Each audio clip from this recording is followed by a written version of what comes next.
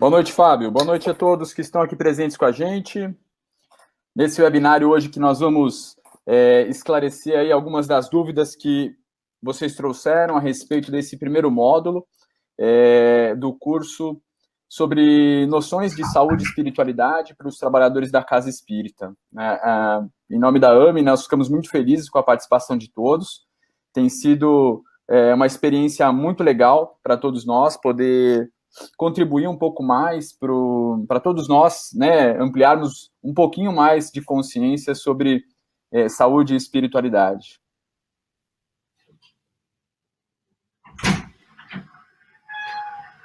Nós estamos vendo aqui o pessoal Marusa, de Goitacazes, Rio de Janeiro, Adriana, Kátia, está de Niterói, falando aqui com a gente, Estela, de Campinas, Sueli Jane, São Cristóvão, Sergipe, Maria Inácia, também do Rio, Márcia, de João Pessoa, Amélia, falando de Valadares, Marilza, de Americana. Sejam todos muito bem-vindos. Daqui a pouquinho nós já vamos começar, só dar mais alguns minutinhos, né? Inicialmente a gente tinha marcado, né, para fazer às 8h30, mas a gente recebeu várias pessoas solicitando para que fosse às 9 horas, para dar tempo de chegar, o pessoal que ainda estava em trânsito, chegando do trabalho. Então, a gente fez essa mudança para que mais pessoas pudessem participar deste evento aqui ao vivo com a gente e esclarecer as suas dúvidas. Boa noite, Maria, do Recife, Priscila, de Três Rios, Rio de Janeiro, pessoal do Rio Grande do Sul, Porto Alegre, Arlete. Legal. A Anise está falando, nós que agradecemos pelo lindo trabalho. Não, o prazer é todo nosso aqui da AME, pode ficar, tenha certeza. A Adriana, de Londrina. Quem está se logando agora com a gente é a Thalita. Olá, Thalita, seja bem-vinda. Tudo bem? O seu microfone acho que não está ligado. Dá uma clicada ali para liberar o microfone. Agora deu, né? Aí sim, beleza. Então, Thalita, eu estava falando para o pessoal, né, que dando as boas-vindas a todo mundo, nós estamos aqui com 165 pessoas com a gente, e o objetivo desse nosso webinário aqui hoje é esclarecer as dúvidas referentes a esse primeiro módulo, e estávamos dando as boas-vindas, tem gente do Brasil inteiro aqui na sala já. Boa noite a todos, né? Boa noite. Boa noite a todos.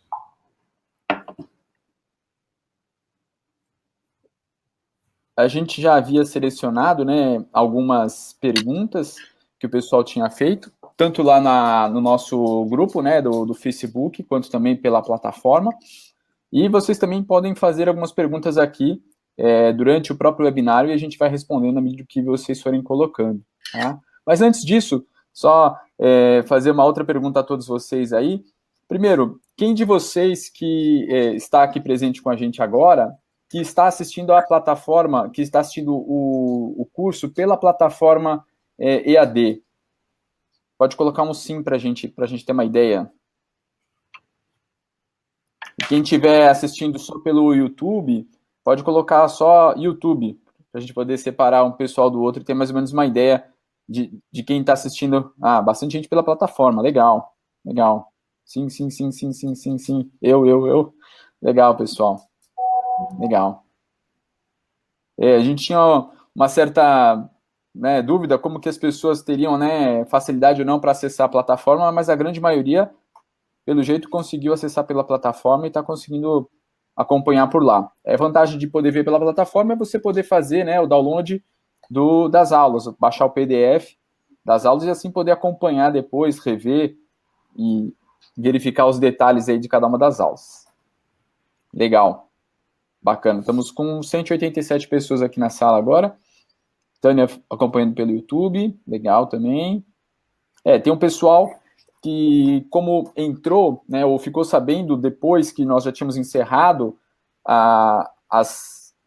as inscrições para essa primeira turma, então o pessoal ficou com uma pré-inscrição para uma segunda turma e está assistindo as aulas pelo YouTube. Aí eles não conseguem acessar pela plataforma, mas dá para continuar assistindo todas as aulas lá pelo YouTube. Isso é bem legal. Baixar os vídeos? Não, os vídeos não dá para você baixar, mas eles estão disponíveis no YouTube, né? Então, se você usar qualquer outro leitor de vídeo pelo YouTube, aí lá no YouTube tudo pode acontecer. Estamos com 193 pessoas, batendo aqui às 9 horas, e aí podemos começar a responder algumas das perguntas de vocês. Fábio, Thalita, vocês têm alguma que vocês já gostariam de iniciar?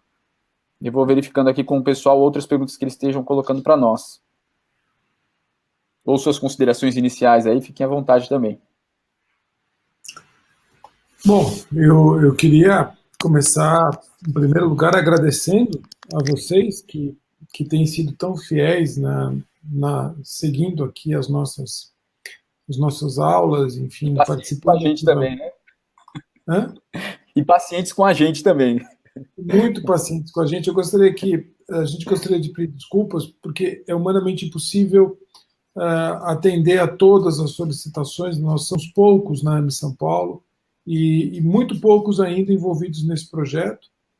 Então eu queria pedir desculpas a vocês, porque realmente não dá para responder a todas as dúvidas, então a gente tenta na medida do possível. Segunda coisa, eu queria agradecer ao Leandro, ao Pablo, porque vocês não sabem o trabalho que dá para eles, primeiro deles com a gente, porque nós somos médicos, o Leandro também mas nós somos leigos na informática e ele tem uma paciência enorme com a gente, vocês não fazem ideia.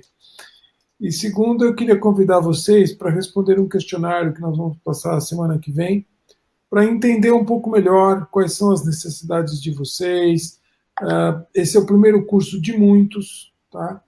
Então, nós vamos ter outros cursos, enfim, nós queremos saber de vocês um pouco, escutar um pouco para entender quem são vocês, enfim, para que a gente possa fazer cursos diferentes, melhores, e nos aprimorando. Para isso a gente precisa que vocês, por gentileza, respondam o questionário na semana que vem. Legal.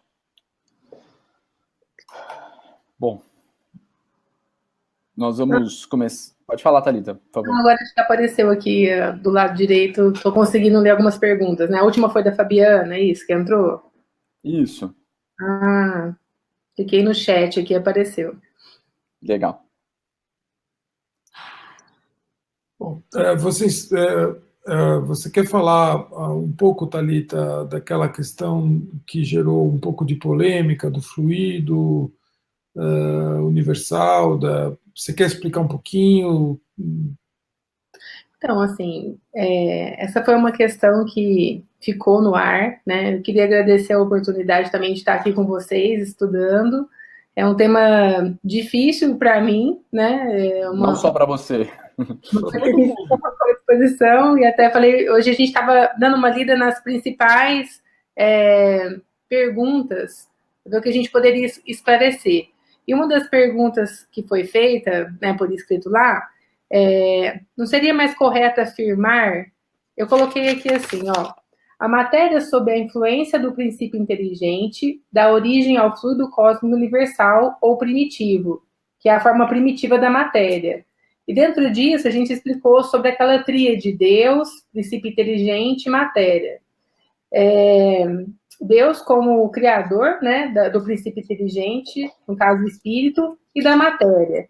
E aí veio uma pergunta feita por um dos alunos, que não seria mais correto afirmar que o espírito, sendo o princípio inteligente, atuando sobre a matéria, por intermédio do fluido cósmico universal, gera as diferentes expressões de matéria? Essa afirmação que eu fiz, eu tirei do livro Fisiologia Transdimensional. E o que eu entendi sobre isso foi que Deus é o criador, né? Ele criou o espírito, ele criou o princípio inteligente e a matéria, tudo provém de Deus, e o espírito, ele tem a capacidade de atuar sobre a matéria, sendo o fluido cósmico universal a matéria mais primitiva, né? Então, de nenhuma forma, talvez eu me interpretei mal, algumas pessoas entenderam que o espírito daria origem ao fluido, não é isso. Mas o que eu entendi é que o fluido seria a matéria mais primitiva. O que você acha, Fábio? O fluido é a base da matéria, né? Mas aí tem uma certa distinção entre o que é fluido vital e o que é princípio vital, porque o Kardec ele usa esses dois termos, o fluido e o princípio, né? Seria mais ou menos assim, o fluido é como se ele fosse o pensamento, ou seja, ele é uma matéria ainda quintessenciada, ele é uma matéria ainda numa fase mais primitiva, mas o princípio é como se fosse o sentimento, quer dizer, o sentimento emana do espírito, né? E o sentimento, então, emanado do espírito, vai para o corpo mental, para o nosso corpo mental, e do corpo mental você tem a fabricação do pensamento. O pensamento já é matéria. O princípio é a matéria-prima da matéria, o princípio é o que vai dar forma à matéria, é a centelha da matéria. Então, o princípio vital é o que o espírito emana, que vai fazer com que a matéria se molde segundo os desígnios do espírito. Essa é uma forma, talvez, da gente entender um pouco a diferença entre o que é princípio e o que é fluido. E essa construção vai ser baseada muito no pensamento e no sentimento, né? Por isso que em várias obras a gente vê que não tem como dissociar o pensamento e o sentimento. Então, a vontade, o sentimento, o pensamento de cada espírito, né, no caso, o princípio inteligente, vai atuar diretamente sobre a matéria de diferentes formas. E o que vai se formar vai ser fruto desse pensamento e desse sentimento, né? Exatamente. Eu queria também pedir desculpas pelo Marcelo Saad, que não pôde estar aqui hoje. O Marcelo fez a quarta aula desse primeiro módulo. E nós já lançamos a primeira aula do segundo módulo nessa segunda-feira com o Rodrigo Bassi. Então, qualquer dúvida referente à aula do Marcelo, vocês podem fazer para nós. Se nós soubermos responder, ótimo, senão a gente encaminha para ele a pergunta. Tem uma pergunta aqui, a Kátia coloca o seguinte: o perispírito grava, por exemplo, os traumas? Uma pessoa que desencarna e é paraplégico, ao encarnar novamente, o que o espírito traz dessa situação? Bom, toda a situação que a gente vive na nossa vida encarnada fica gravada, né? Fica gravada, e quando nós desencarnamos, esse arquivo, vamos dizer assim, das nossas experiências, ele vai como se fosse um upload, como a gente estivesse exportando para o nosso perispírito toda a vivência que a gente teve aqui enquanto encarnados. Então, por exemplo, tem vários relatos de quase morte, ou mesmo relatos de espíritos no mundo espiritual, que dizem que quando desencarnam passa um filme na vida deles, né? O filme da vida passa por eles. O que é essa passagem do filme da vida? É você passar toda a sua experiência encarnada para o seu perispírito, arquivando essa experiência. Então, todas as suas experiências ficam arquivadas. Agora, o fato de você ter isto arquivado não implica necessariamente que numa próxima encarnação todo esse arquivo, né, vai necessariamente se manifestar numa nova experiência na pele, né? Então, nem sempre você transmite para a próxima encarnação todas as experiências. Você vai transmitir as experiências e as vivências que forem importantes para você na sua nova encarnação. Se o aprendizado de você ter tido essa condição de paraplégico tiver sido suficiente para essa encarnação, não vai haver necessidade de você replicar isso na próxima, né? Nos primeiros anos de vida, até lá os seus 7 anos de vida, muitas vezes você traz, né, as crianças trazem muitas vezes memórias de outras encarnações. Mas depois disso, você assume a sua encarnação e vai ter as suas vivências, que podem ser ou não relacionadas a essa questão de ser ou não paraplégico. Eu não sei se eu respondi, não sei se você quer complementar, Thalita. E acho que nem todos os nossos arquivos no perispírito vão se manifestar necessariamente numa determinada reencarnação. Foi bem o que você falou. Dependendo do que a gente tem que aprender ou desenvolver naquela encarnação, né? sendo também da piedade de Deus de que isso não aconteça, porque nós não teríamos condições de resolver tudo de uma vez. Então, acho que à medida do que faz parte do nosso planejamento reencarnatório, isso vem mais evidente ou não da matéria, né? Porque todos esses reflexos, todo esse armazenamento no perispírito pode se refletir no corpo físico, né? Eu acho que também é importante ressaltar que os nossos pensamentos, não só os eventos traumáticos, né, mas os nossos pensamentos, as emoções que nós nutrimos, tudo isso pode ajudar a organizar ou a desorganizar os nossos centros de força, né, que esses centros de forças é que vão estar organizando também a nossa matéria. Portanto, aquilo que a gente vivencia emocionalmente ou cultua, né, e cultiva emocionalmente, também pode ajudar a desorganizar esses centros de força, né, que estão intimamente ligados à organização do nosso corpo físico. Então, isso pode acontecer nessa própria encarnação, né, esse processo de desestruturação e desorganização podendo chegar ao nível celular, mas também pode influenciar, né, dependendo do grau de desorganização, numa próxima encarnação. Isso, como, né, eles já falaram, vai depender muito do planejamento reencarnatório e aquilo que você se predispôs antes de vir para cá. Tem uma outra... Pode concluir.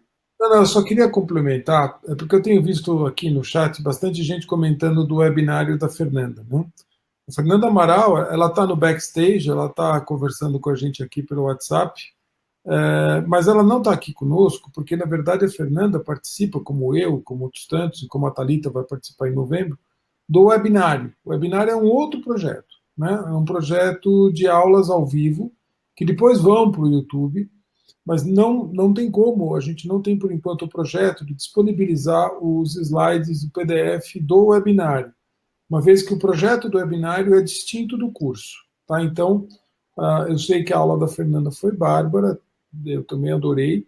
Quem sabe mais para frente a gente bola um curso com ela sobre outras questões, aí nós vamos ter os slides aqui. Mas, por enquanto, a gente não consegue disponibilizar o PDF dela, porque é um outro projeto. O webinário é uma outra atividade que não é o curso. Tem uma outra pergunta, pode falar. Só complementando, né? Até estava lendo hoje, no livro Caminho, Verdade e Vida, de Emmanuel, tem um capítulo 26 que ele fala sobre padecer. Muitas vezes a gente pega e caracteriza uma doença como um castigo ou um sofrimento, né? Talvez aquela doença seja um reflexo do nosso perispírito por algo arquivado nessa encarnação ou numa encarnação passada. E lá, assim, ele conclui falando que um pai não distribui padecimento, ele dá corrigendas, e toda essa corrigenda é para o nosso aperfeiçoamento. Então, às vezes a gente está analisando essas doenças como uma dificuldade, mas tenho certeza que essas dificuldades são para o nosso aperfeiçoamento, né? Então, acho que foi o que a gente falou, é a medida da nossa necessidade. Tem uma pergunta aqui que o Silvio fez, falando sobre a aula 4. Foi dito no slide de fisiologia transdimensional que os pensamentos de baixo padrão vibratório são mais densos com pequeno comprimento de onda. E me parece que saiu algum erro de digitação. Não seria baixa frequência e maior comprimento de onda? Saiu invertido. Na aula, no slide seguinte, a gente corrigiu. Saiu com a mesma frase, os dois princípios. Deixa eu localizar aqui.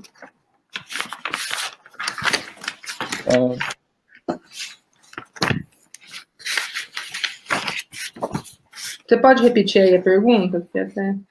A pergunta que ele fez foi dito lá no slide na aula 4, né, que os pensamentos de baixo padrão vibratório são mais densos com pequeno comprimento de onda. E me parece que saiu algum erro de digitação. Não seria baixa frequência e maior comprimento de onda? Acho que é isso, né, Fábio? Ele tem uma... Quanto menor o padrão vibratório, maior a frequência da onda, né? Quanto maior o padrão vibratório, maior a frequência da onda. E quanto menor o padrão vibratório, menor a frequência. Né?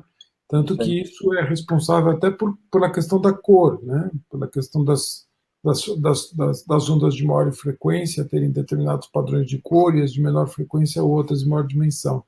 Tanto que a frequência angelical, né, a frequência que os espíritos de grande elevação emitem, são ondas de frequência altíssima, que a gente não consegue alcançar.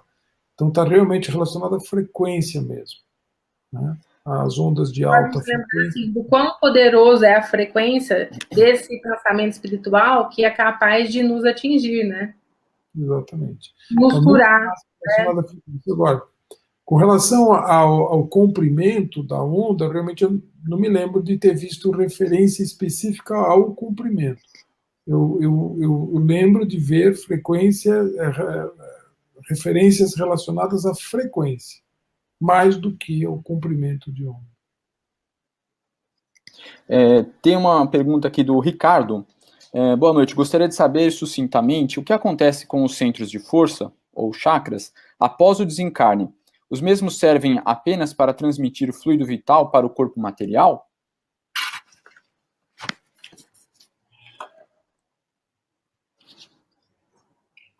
Os centros de força, eles têm essa capacidade de transmitir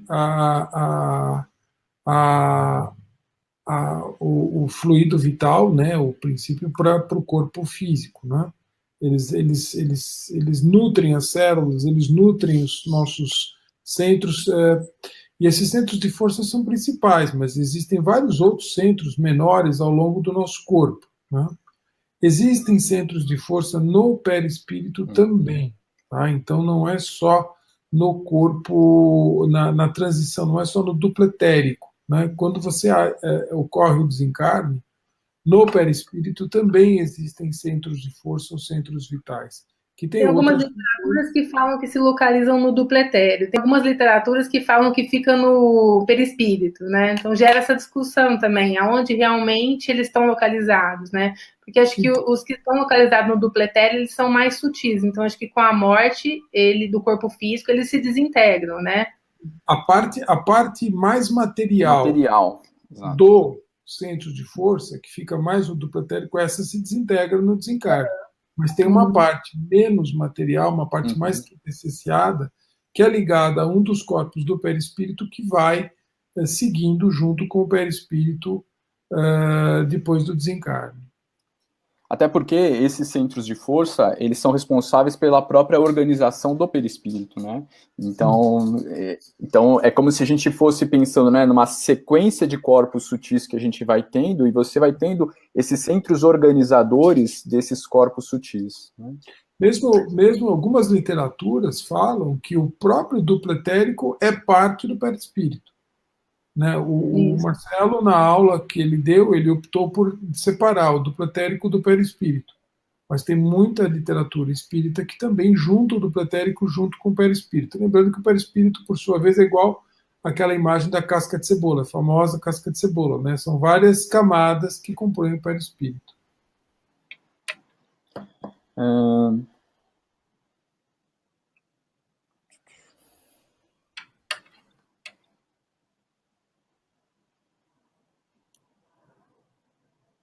Essa é uma boa pergunta.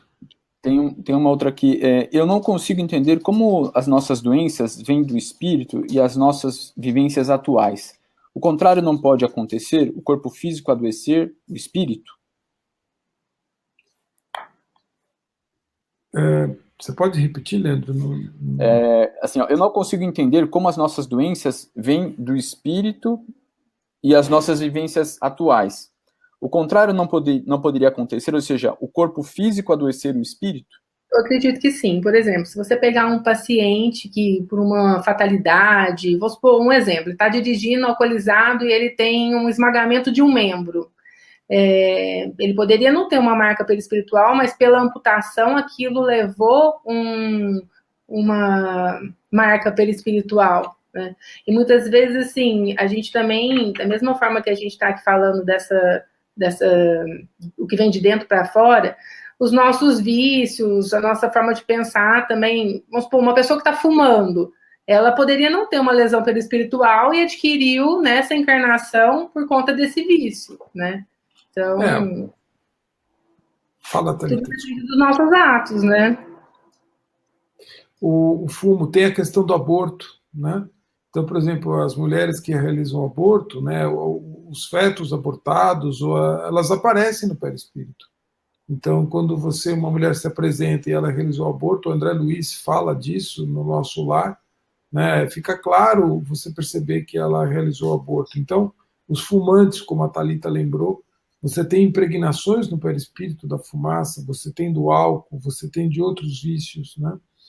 Você tem de doenças automutilantes, o próprio suicídio, ele também fica impregnado no perispírito. Então, tem como você fazer a via ascendente, ou seja, você se lesionar na matéria e transportar essa lesão printada no seu perispírito. Né? Desorganizar o perispírito, né? O nosso corpo mais vibracional, né? Exatamente. O Joilson Peçanha da Silva, ele fala assim, a enfermidade do corpo físico é a cura do espírito, né? Então, em alguns casos sim, né? Esse processo que a gente chama de uma doença, né? De uma enfermidade para o corpo físico, muitas vezes pode ser o processo de cura para o espírito, dependendo muito, é claro, da forma como você encara a doença que você está vivenciando, né? Acho que isso vai ser a chave de o quanto que isso vai ajudar ou não nessa cura. É importante lembrar que existe corpo são e espírito doente. Existe corpo doente e espírito são. E existem os dois doentes. As duas coisas podem acontecer. Quando a gente tem as vivências, vamos dizer assim, as questões da nossa vida que a gente menos se orgulha, as nossas questões mais complicadas, em geral, no perispírito, ficam localizadas no corpo causal. Né? Nessa parte do perispírito. E muitas vezes você precisa clarear o seu perispírito, você precisa tornar o seu perispírito mais leve. E a forma de fazer isso é você trazendo parte dessas questões suas mal resolvidas para o corpo na forma de uma doença, de uma vivência, de uma deficiência. Tem várias formas. A doutora Marlene conta, num dos cursos dela, que uma das coisas mais importantes para dizer em que parte do mundo espiritual nós vamos nos situar é o indicador do peso específico do perispírito, ou seja, todo o nosso perispírito tem um peso. E a partir desse peso, diz para onde nós vamos. Então, quanto mais pesado o meu perispírito, mais perto da crosta eu vou ficar. Quanto mais leve o meu perispírito, mais longe da crosta eu vou ficar. E a forma de me aliviar no perispírito é através da condensação dessas energias no corpo físico. E do corpo físico eu clareio, eu torno o meu perispírito mais leve. Uma dessas formas é a doença ou alguma outra deficiência, alguma outra questão. Nesse vídeo dela, ela fala que nosso perispírito é como se fosse uma túnica eletromagnética, né? E à medida que a gente desencarna, a gente fosse destinado a setores de acordo com essa túnica eletromagnética. Exatamente.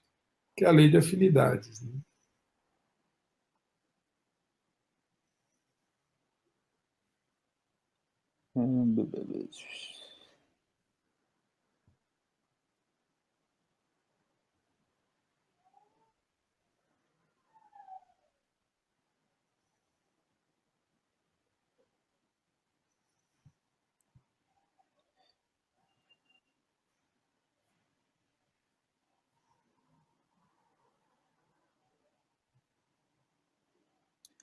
Tem uma pergunta assim, poderia explicar melhor o perispírito no desencarne infantil?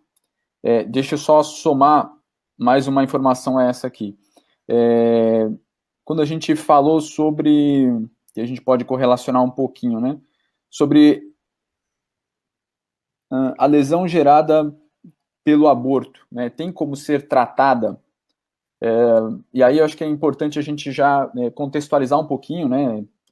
Tanto o fato de poder falar sobre o aborto induzido, né, conscientemente, quanto o aborto espontâneo, que ele acontece, né, independente da vontade consciente das pessoas. De tal forma que, tanto num evento quanto no outro evento, é muito comum, principalmente no meio espírita, as pessoas generalizarem um pouco, né, esse assunto, trazendo muito a questão da culpa associada a tudo isso. Né? E a gente sabe que o sentimento da culpa é um sentimento que ele vai ajudar a desorganizar ainda mais o nosso perispírito. Então, independente do meio, né, ou da intenção na qual aconteceu aquilo, o mais importante é como que nós pensamos sobre a vida agora, né, e o que nós podemos fazer para ajudar a reorganizar esse nosso centro de força do nosso corpo, que pode ter ficado desorganizado devido à questão do aborto. Muitas vezes, um aborto espontâneo, aquele momento ao qual o espírito pôde ficar e passar por essa gestação, mesmo que curta, é uma grande oportunidade para aquele espírito poder ter passado por um processo de reorganização do seu próprio corpo físico e perispírito, né? Então, de ter um momento de expansão perispiritual e do corpo físico dele para poder se reorganizar um pouquinho melhor, para poder voltar numa próxima ainda melhor, né? Então, tudo existe uma oportunidade, mesmo que seja por um período, né, curto de existência terrestre. Isso é importante a gente ter em mente. E aí, passando, né, desse período curto de vida para no caso, né, de uma morte, né, de uma criança, como foi colocado aqui, e o que acontece com o perispírito dessa criança, primeiro que a gente não sabe qual foi o propósito, né, a programação reencarnatória dessa criança, para a gente poder afirmar qualquer coisa sobre isso. De repente, essa jornada dessa criança, e aí, novamente, a gente não pode se ater muito à nossa questão temporal. A gente, por estar na Terra, a gente tem a ilusão de que o que existe é o que a gente está vendo e vivenciando só esse período de agora. Mas o espírito, ele é eterno, né? Então, se a gente esticar um pouco mais a nossa linha do tempo, né, vai até perder de vista para um lado, até perder de vista para o outro lado. Então, quando a gente muda essa nossa perspectiva sobre tempo, quando a gente olha para aquela criança, ela não é uma criança, é um espírito eterno que teve aquela jornada, né, pontual, que foi curta, né, talvez nessa existência, mas que teve um propósito nessa existência dela também. Então, fica um pouco difícil da gente falar sobre o que aconteceria com o perispírito dela, né? É uma coisa interessante, né, para quem quer se aprofundar, uma das obras que explica um pouco isso, não sobre as crianças, mas sobre esse processo do que acontece com o perispírito, né, até mesmo o processo de desencarne, é o Obreiros da Vida Eterna, né, e a gente vai ter vários exemplos de como se dá esse processo de cura perispiritual, né, ante os procedimentos o acontecimento da morte, né, e até mesmo no livro do Décio, de Fisiologia Transdimensional, o último capítulo fala sobre fisiologia da morte. Então, também tem bastante explicação sobre o que acontece com a parte perispiritual, como se dá o desligamento, como que fica esse processo pós-morte. Acho que é muito válida a leitura desses 2 livros.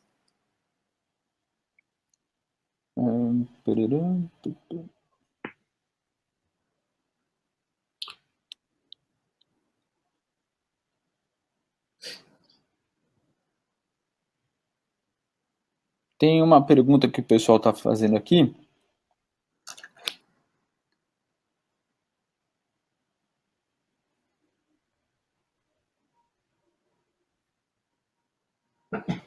Sobre o que poderia, né, acontecer. Falou assim, olha, um dos palestrantes havia comentado que o processo de morte ele vai acontecendo de uma forma lenta e progressiva, né, esse desenlace com a matéria.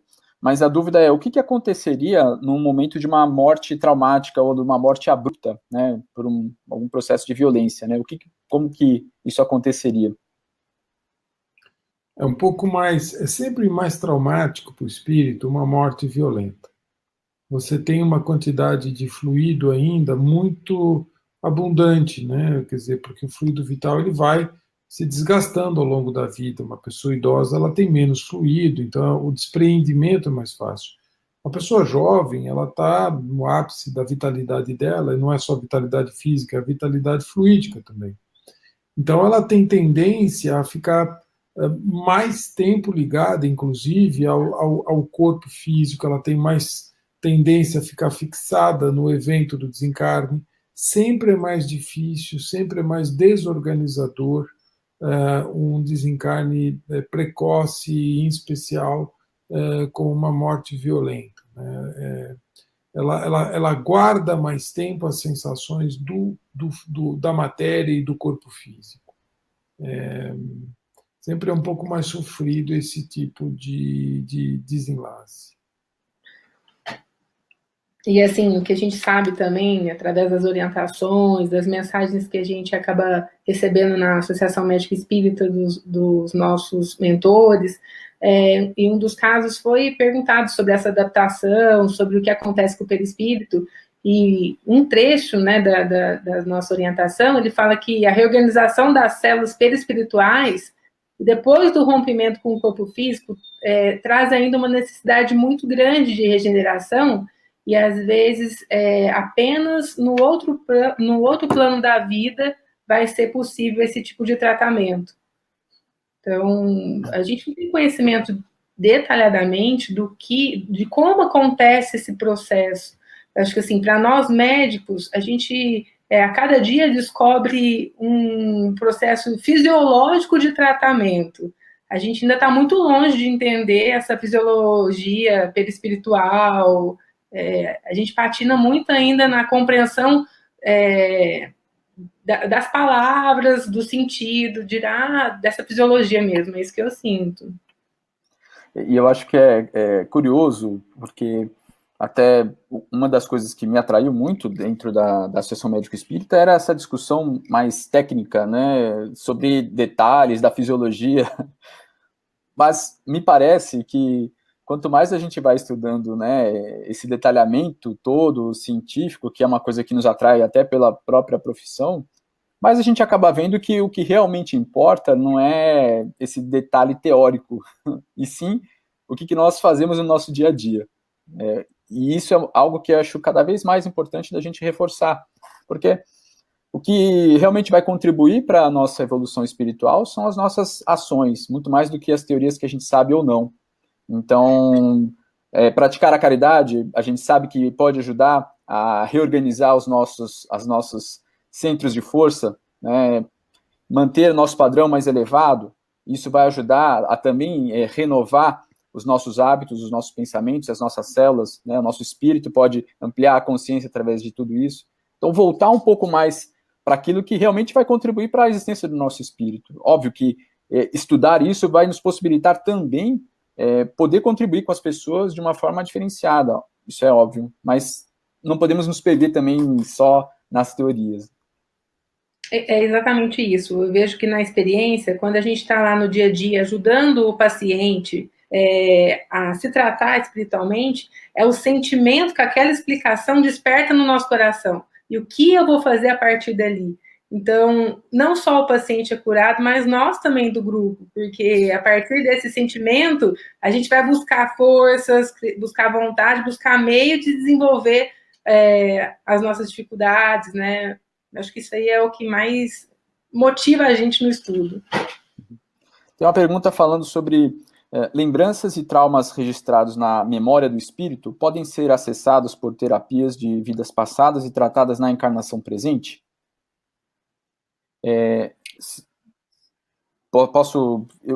cheguei a trabalhar um bom tempo no consultório com abordagens como essas, e o que é curioso também, e muitas vezes, às vezes as pessoas chegam, né, com essa proposta, eu acho que eu tenho um problema que deve estar relacionado à vida passada, e eu queria ver o que né, a gente pode fazer com isso. E a gente tem que trazer um pouco mais para a nossa realidade, né, do dia a dia de hoje. Na grande maioria das vezes, os problemas que a gente vivencia estão muito mais atrelados à nossa existência atual do que questões vindas de outras existências passadas. E, como a gente acabou de falar, tão importante quanto eu querer saber o que pode ou não ter originado um determinado problema é o processo terapêutico, né? É o que nós nos propomos a fazer de diferente agora.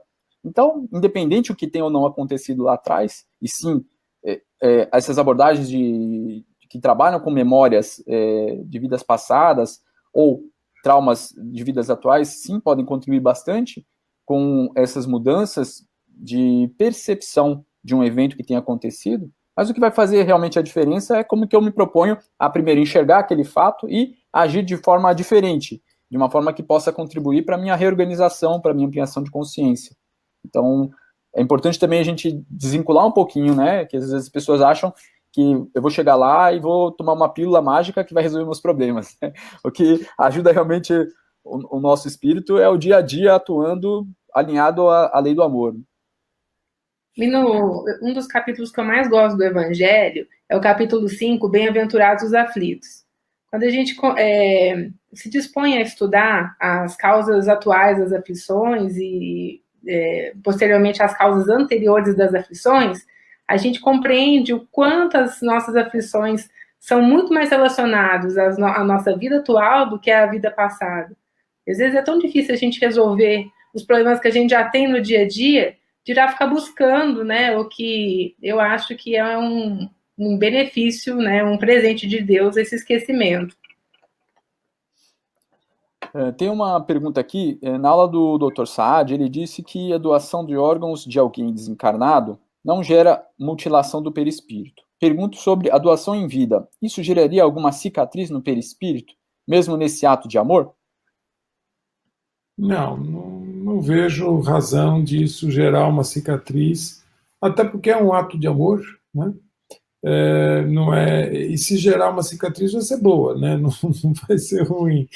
Então eu não vejo isso como algo que possa desencadear qualquer problema para o perispírito, para o espírito em si. Um dos maiores exemplos de abnegação, né? A pessoa fazer uma doação assim. Tem uma pergunta sobre ainda a parte de perispírito, né? E é importante a gente talvez ajudar a sedimentar alguns conceitos a respeito do corpo mental. Posso dizer que o mesmo é o elo de ligação entre o espírito e o perispírito? Isso mesmo. É isso mesmo. Vai, Thalita. Está até explicado, né, numa das figurinhas lá que eu coloquei, né, que esse corpo mental é o que une o espírito, né, o perispírito, e dentro do que eu estudei é ali a sede dos pensamentos, né, e principalmente onde está ligado ali o centro coronário. É importante também falar ainda do corpo mental, porque ele tem acesso a tudo que nós observamos através da visão, através do olfato, através da audição. Então, todos os estímulos todas as situações que nós vivemos na vida, elas entram para o nosso sistema nervoso central, vão para o corpo mental e dali elas voltam com uma impressão do espírito para a matéria de novo. Então, exemplo, você está andando na rua, de repente dirigindo, aí um carro te fecha, né? E você registra aquela fechada do carro, aquilo entra pelo seu cérebro, através da visão, dos seus sentidos, vai para o corpo mental. Se você tem uma tendência a ter experiências pregressas espirituais mais agressivas, tal, pode ser que você saia do carro e resolva brigar com a pessoa, mas se o seu corpo mental tem uma tendência mais quiescente, mais pacífica, você vai ter isso vai gerar um sentimento, vai gerar um pensamento, que é um pensamento mais tranquilo, e você vai se resignar e não vai fazer muita coisa, né? Então, isso vai para o seu espírito, através do corpo mental, do seu espírito gera um pensamento, gera uma sensação, um sentimento que vai para o seu perispírito através do corpo mental e daí volta para a matéria. E dentro da matéria do seu cérebro fica uma briga entre o seu cérebro reptiliano, né, a sua amígdala, que tem vontade de brigar e tal, e o seu pré-frontal, que é mais tranquilo, e é lá onde você decide o que você vai fazer no pré-frontal esquerdo, onde você toma as decisões. Essa circuitaria funciona o dia inteiro com a gente. Tem uma pergunta aqui, na verdade algumas, eu vou reuni-las aqui, que fala sobre... Oi? Só uma dúvida assim que eu fiquei pensando assim, que da mesma forma que o nosso corpo físico tem patologias, a gente também deve estar num processo de desenvolvimento do corpo mental, né? Em cada um a gente tem certas patologias. Então esse processamento também ele é muito diferente de um indivíduo para o outro nesse contexto, né? A forma como cada um absorve, tudo isso está envolvido no corpo. O seu corpo mental pode ser mais sadio que o meu E essa interpretação é muito difícil, né? Tudo é reflexo do espírito, né? Tem algumas perguntas falando ainda sobre o processo de desencarne, né, e morte do corpo físico. Sabendo que o perispírito leva um tempo para se desligar totalmente do corpo, a cremação pode causar algum dano ao espírito? Né? Outras perguntas falando sobre esse processo de, eu tenho que esperar um tempo para poder fazer, cremar o corpo físico. Eu dei uma aula semana passada no Caibar e falei sobre essa questão.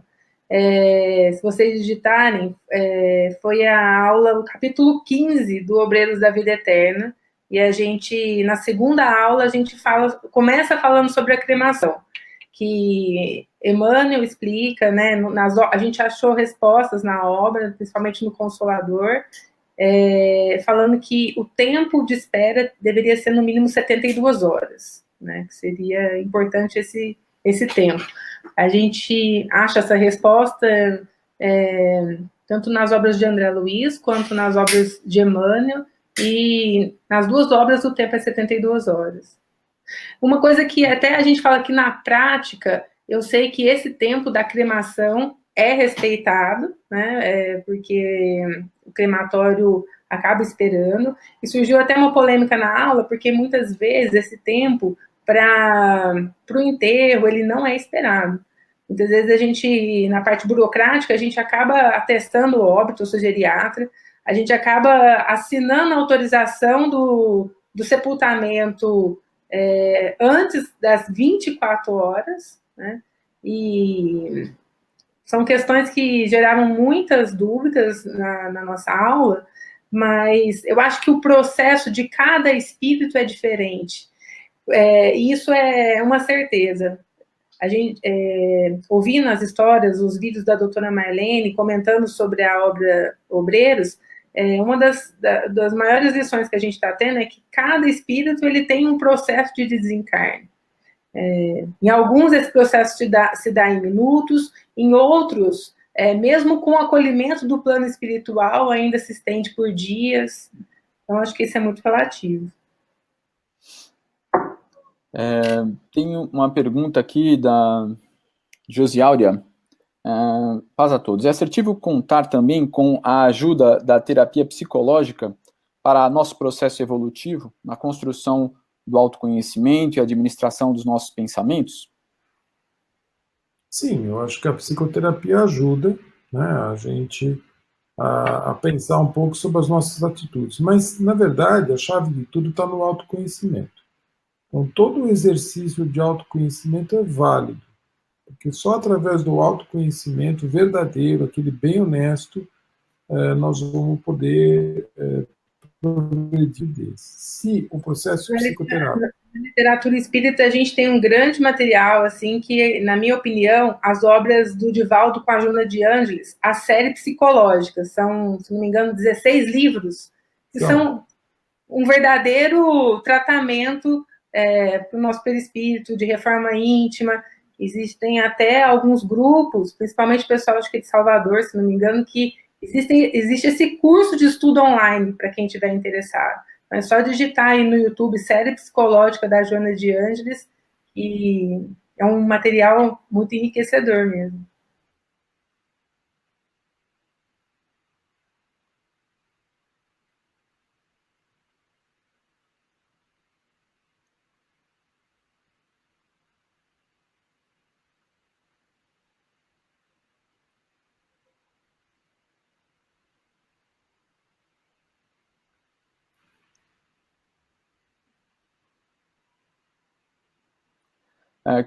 O Alan coloca o seguinte: na aula 1 foi comentado sobre o tratamento nas 3 dimensões. Falou-se do tratamento alopático, vitalista, espiritual e evangelho. Como o trabalhador da casa espírita pode identificar o tratamento adequado? Seria uma indução da espiritualidade superior? Não, eu acho que o tratamento adequado ele sempre vai ocorrer nos 3 níveis, né? Da mesma forma, quando uma pessoa vai para o centro espírita passar ser entrevistado no atendimento fraterno, o trabalhador nunca vai falar para ele parar de fazer o tratamento alopático, né? o tratamento alopático vai continuar. Da mesma forma que ele vai promover o tratamento a nível do perispírito, e através da prática do evangelho, da vivência do evangelho, ele vai tratar o espírito, né? Então, na verdade, o tratamento sempre vai acontecer nos 3 níveis. Agora, é lógico que tem pessoas que estão fisicamente bem, então a gente recebe muitas vezes no centro pessoas que falam, olha, eu não tenho nenhum problema físico, tal, mas eu não durmo bem, eu não me sinto bem, eu me sinto cansado, eu me sinto desvitalizado, eu tenho algum vício que eu quero tratar.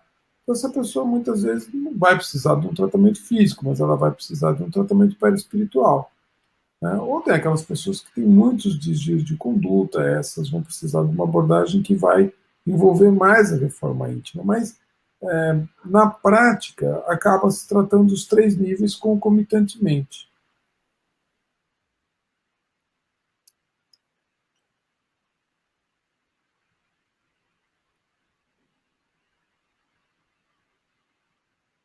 Não necessariamente, né, a cura vai ser nos 3 níveis, né, Fábio? Uma das lições que eu aprendi muito lá com o nosso mentor, Dr. Albert, que muitas vezes essa cura perispiritual é atingida e a pessoa acaba desencarnando, né? Às vezes a gente tem alguns esclarecimentos de que, logo que eu estava, a pessoa conseguiu ser curada, ele atingiu, e eu pensando, mas como? Ele morreu? E a explicação foi essa, de que perispiritualmente ele tinha conseguido sanar tudo que foi planejado para ele. E ele veio desencarnar porque estava no planejamento, né? Então, essa cura, às vezes a pessoa se cura perispiritualmente, acaba desencarnando e foi efetivo o tratamento, né?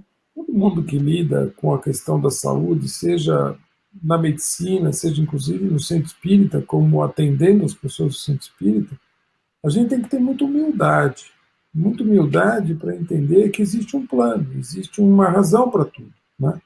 E que tem pessoas que vão alcançar determinada condição de melhoria, ou estabilidade, ou até cura, e outras não. E não quer dizer que uma foi bem sucedida, a outra não. Muitas vezes a pessoa tem uma vivência de uma determinada condição clínica de doença, e passar por isso de uma forma adequada, sem perder a fé, sem brigar com o divino, sem brigar com Deus, entender aquela doença como instrumento de crescimento, ela vai desencarnar muito bem.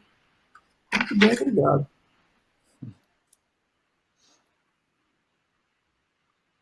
Isso aí. Estamos, né, chegando aí já com 46 minutos aqui de conversa com o pessoal, esclarecendo algumas dúvidas aí, as principais dúvidas que o pessoal acabou colocando tanto no grupo do Facebook, quanto também dentro da plataforma IAD. A gente acabou aí correndo as principais questões. Algumas considerações finais aí, pessoal? Fábio, Thalita? Quer falar, Thalita? Mas eu falo. Eu não tenho nada a comentar, não. Eu queria só me despedir dizendo que nós vamos ter outros chats com outros palestrantes, porque cada fim de módulo vai ter um novo chat. Mais uma vez, eu queria deixar claro que essa é uma primeira iniciativa nossa aqui da AME São Paulo, haverão outros. Existem outros projetos aí na gaveta, na medida que o Leandro tiver paciência com a gente. Sempre. E a Fernanda, que está aqui no backstage, mandou uma mensagem pelo WhatsApp dizendo que, se as pessoas quiserem, depois ela tenta, junto com o Leandro, obviamente, viabilizar um jeito de disponibilizar o PDF para as pessoas. Depois a gente tenta falar isso no grupo do Facebook, para quem quiser. Mas fiquem ligados, fiquem conosco, porque esse é um primeiro projeto, virão outros, nós vamos ter muito trabalho aí no ano que vem, até o fim desse ano, e eu queria muito ter vocês com a gente. Muito obrigado. Eu só gostaria só de reforçar a vocês o que o Fábio havia comentado. Então, nessa próxima semana, nós vamos encaminhar a vocês um questionário para nós entendermos um pouco melhor qual é o perfil desses milhares de pessoas que deram esse voto de confiança à AME São Paulo e estão participando deste curso, para que a gente possa melhorar essas aulas e disponibilizar também conteúdos que façam mais sentido para aquilo que vocês realmente estão procurando. Então, é importante que todos preencham esses questionários que nós vamos passar na próxima semana. E lembre-se também de curtir de se inscrever, na verdade, no nosso canal do YouTube e clicar naquele sininho para poder ativar as notificações. Assim, toda vez que subir um vídeo novo no YouTube, vocês ficam sabendo que entrou um vídeo novo para vocês curtirem por lá, tá bom? Uma boa noite a todos. Esse é só o nosso primeiro webinário. Como o Fábio falou, ao final de cada um dos módulos, nós voltamos aqui para conversar com os palestrantes envolvidos. Uma boa noite a todos. Boa noite.